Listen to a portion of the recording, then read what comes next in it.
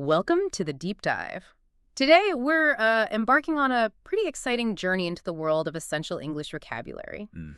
Our mission, really, is to explore 200 essential English words for intermediate learners. It's this practical guide that, well, it promises to rapidly improve your English skills. Yeah. So we're going to extract the most valuable insights from this source, show you how mastering these foundational words can truly revolutionize your communication and understanding, make you feel more confident, more well-informed. And this guide, it really hits the nail on the head right from the start. It emphasizes that building your vocabulary is, and I quote, one of the fastest ways to improve your English. Right. It's not just some random list either. It's carefully structured, 200 useful words, and each one comes with a clear definition and, importantly, examples of how they're used in conversation. Okay. What's really crucial here, I think, is the book's insistence on, well, practice, repetition, and applying these words every single day. Yeah. It's all about turning that passive knowledge into active use. That's such a powerful distinction. It's not just about knowing a word, is it? No, not at all. It's about being able to use it, like naturally, almost without thinking. This approach feels incredibly practical, really designed for real-world application. Absolutely. And the focus on useful words Right. and, crucially, those conversational examples. Yeah. It just means it's about building functional language, which immediately raises a fascinating question for intermediate learners, right? How do we actually take these building blocks off the page and, truly integrate them into our daily communication so they become second nature? That's exactly what we're going to explore. And it leads us perfectly into our first category, words for everyday life. These are the first 30 words in the source. And this is really the bedrock of basic communication. It focuses on those daily actions, interactions, observations we all make. And when we think about the bigger picture here, mastering these, simple verbs and actions is just fundamental to navigating pretty much any daily scenario you can imagine. Whether you're simply deciding what to eat or making a request, maybe inviting a friend over, they're like the grease for the gears of daily living. It's remarkable, isn't it, how many of these everyday words, things like hurry or wait, we use without consciously thinking about their full impact. Yeah. The source does a great job highlighting subtle differences, too, like take arrange, which means to organize or plan something, versus plan, which is to think about what to do. Right. So when you plan a party, you're sort of thinking through the details in your head, but when you arrange the chairs, you're physically putting things in order. One is the mental blueprint, the other is more the execution. That distinction between thought and action, or maybe cause and effect, it's really clear with pairs like borrow and lend. Oh, yeah, classic pair. Right. Borrow means to take something from someone and return it later, while lend is to give something to someone for a short time. Yeah. It's all about the direction of the action. So you borrow a book from a friend, and your friend lends a book to you. Getting those right just makes your communication so much clearer. And then you've got those essential emotional expressions. Complain, to say you are unhappy about something and its counterpart, and joy, to like something. These are just fundamental to how we articulate our experiences, our reactions. Absolutely. Or think about notice, meaning to see or become aware of something. You might see a person walking by, sure, but you notice their bright red shoes. It's about picking up on details, going beyond just general awareness. That's a good example. And share, to give a part of something to others, well, that isn't just about splitting food, is it? It's sharing ideas in a meeting or sharing responsibilities on a project. These words are basically the tools that let us function and connect day to day. Yeah, they really are. So from navigating our daily routines, we often step into more structured environments like our jobs or classrooms. And that requires a very specific toolkit of words. Which brings us nicely to our next section, work and study words, covering words 31 through 60.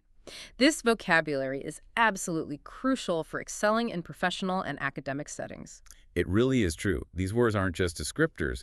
They actually build the very framework for effective professional communication. How so? Well, from presenting ideas to, say, analyzing results, they are the essential tools for productivity and impact. Okay, so if you're listening and you're looking to succeed in a meeting or maybe eyeing that next promotion, what specific words are going to make a difference here? No. You'll definitely want to master achieve, which means to reach a goal. It's about purposeful success after effort, like achieving a sales target or, achieving a degree. Exactly. Purposeful success. Then there's analyze, to study something carefully, and research, to study information. Now remember, research is more about gathering the data, reading articles, looking up Right, the facts. collection. But analyze is that deeper work, making sense of the data, finding patterns, drawing conclusions.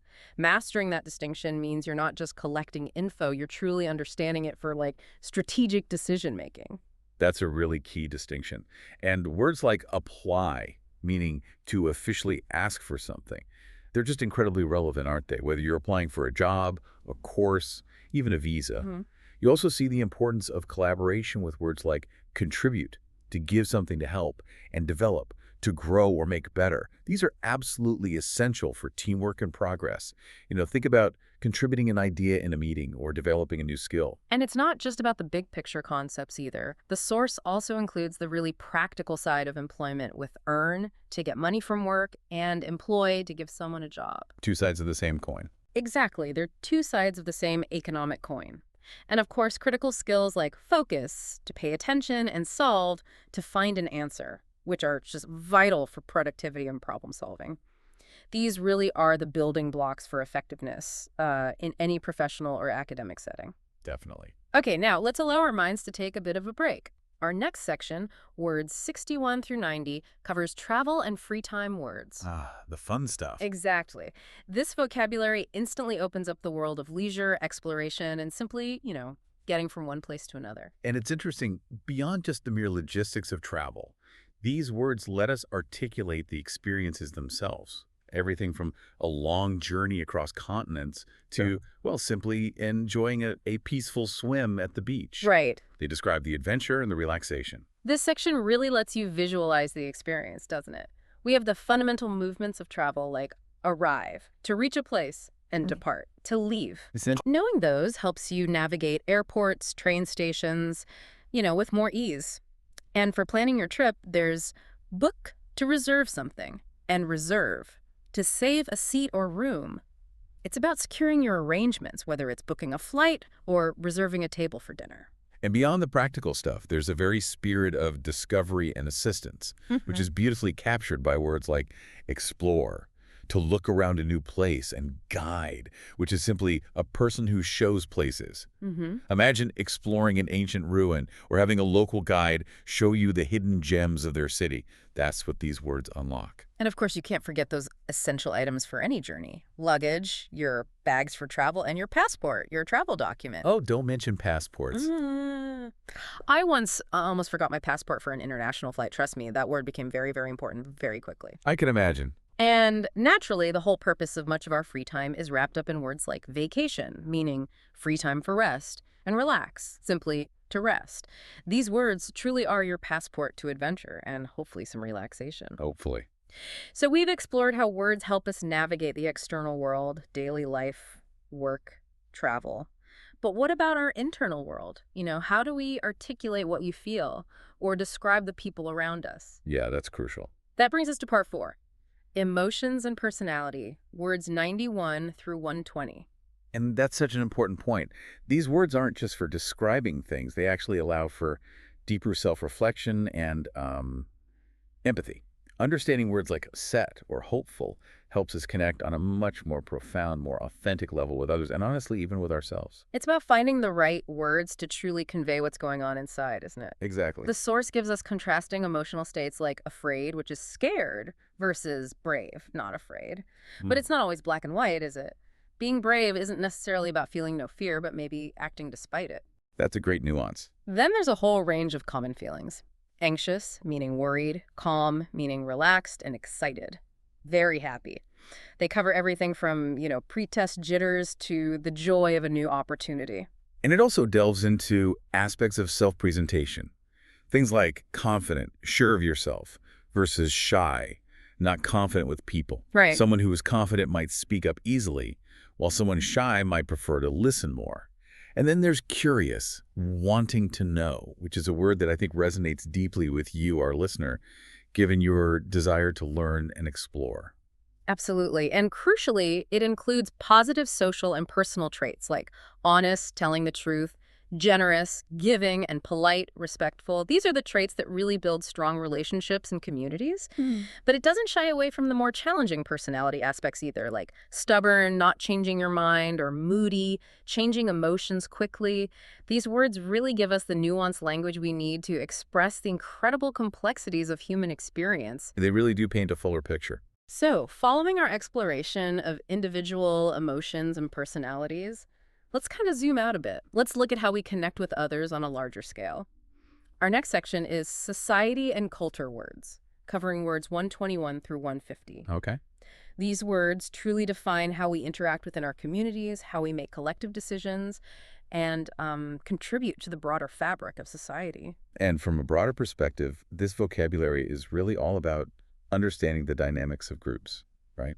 And how we function within them. Yeah. Whether it's just inviting someone to a gathering or joining a cause, or even how we agree on shared ideas. These words illuminate our social structures. It's fascinating how these words really build the foundation for our shared experiences. The source highlights the entire spectrum of social discourse, from agree to have the same opinion, which is obviously key for consensus, Right. to argue, to fight with words. And arguing isn't always negative, is it? Sometimes it's a passionate debate needed to find the best solution. A constructive argument, maybe. Exactly. And then there are shared human experiences and traditions like celebrate, to enjoy a special day. We celebrate birthdays, holidays, achievements. It's just a fundamental part of human connection. Absolutely. And we also see different facets of altruism and community building. Words like donate, to give to help, help to give support, and support also to help. A lot of helping. Yeah, they overlap but have nuances. You might donate blood, you might help a friend move house, or you might support a local charity. Each one is an act of giving back in a slightly different way. It also covers key actions in civic participation, like elect, to choose a leader, and vote to choose in an election. These are fundamental to democratic processes, obviously, letting us choose our representatives. Critical action. And then there are the fundamental values for coexistence: protect, to keep safe, and respect, to show care. If we respect different opinions and protect our environment, for instance, we create a stronger society. It all kind of boils down to work together, which the source defines simply as to cooperate. The essence of it all. Truly the essence of collaboration and building a functional community. Yeah. Okay, so from the complexities of society, let's shift gears now to something that defines so much of our modern interaction: technology. Oh, yes. Can't avoid this one. Definitely not. Our journey continues into technology and media words, words 151 through 175.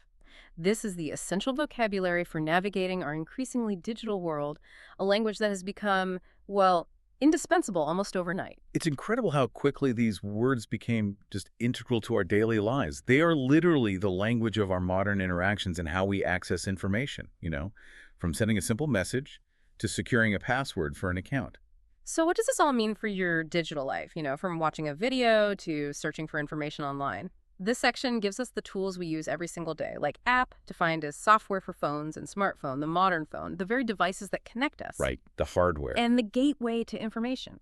Your browser, the program for internet you use, and the internet itself, that vast global network. And then you have the fundamental online actions that we just take for granted now.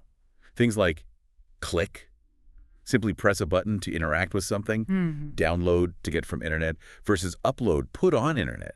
You download a movie and you upload photos to social media. Yeah. It's that really clear distinction of direction again. It also covers our primary communication platform, And like yeah. email and electronic message and social media, those websites for people that connect us, for better or worse sometimes. And the ways we distribute information and connect digitally, like to post, meaning share online, or send, to deliver online. These words are, literally the language of our digital existence now. They allow us to connect, share, consume information in ways that were just unimaginable a few decades ago. Completely transform things. We've covered so much ground, haven't we? From Yeah. everyday basics right through to the digital sphere. We have. But true fluency isn't just about breadth, is it? It's about the nuance, the precision, the deeper expression you can achieve. And that's precisely what our final section, Advanced Daily Use, explores. This covers words 176 through 200. These are more subtle verbs and concepts for daily life, often involving personal growth and interaction. This final collection of words, I think, really reinforces that idea that true fluency isn't just about knowing a lot of words. It's about the depth and the precision with which you can, say, explain a complex idea or accurately remember the nuances of your world. It's about, well, sophisticated communication. You're absolutely right. These aren't just advanced because they're complex words necessarily, but because they allow for that deeper, more subtle expression in everyday life. We see words like adapt, to change, to fit, which is just crucial for personal and professional flexibility. Yeah. Think about how you adapt to a new job or a new city. Or balance to stay equal, such a highly sought after state in life, right? Whether it's work-life balance or just balancing your budget. A constant struggle for many. And words like behave, to act in a way, which touches on personal conduct and etiquette. Then there's depend to need, illustrating reliance and connection in relationships. You depend on your friends for support, for example. Right. And these vital words for healthy interactions encourage, to give support and help build confidence, and forgive, to stop being angry, which is just fundamental for moving forward in relationships. And really, at the very core of all learning and growth, you find learn to get knowledge, think, to use your mind, and understand, to know the meaning, which for us is truly the essence of these deep dives, isn't it? It really is. Even a seemingly simple word like miss, to not be present, carries significant implications. Whether you miss a train or you miss a loved one, these words just allow us to navigate the intricate tapestry of our experiences with more, well, precision. Well said. So we've journeyed through 200 essential English words. We've seen them thoughtfully categorized by everyday life, work, travel, emotions, society, technology, and that advanced daily use section. You've seen how a structured approach, focusing on clear definitions and, importantly, practical context, can really rapidly improve your English. But beyond just learning definitions, these words are truly powerful tools, aren't they? Tools for thinking, for feeling, for connecting with the world around you. Absolutely. They're the building blocks of communication and understanding. So as you move forward from this deep dive, maybe take a moment to consider, what word, or maybe what new understanding unlocked by a word today, will you seek to truly master and integrate into your daily life next?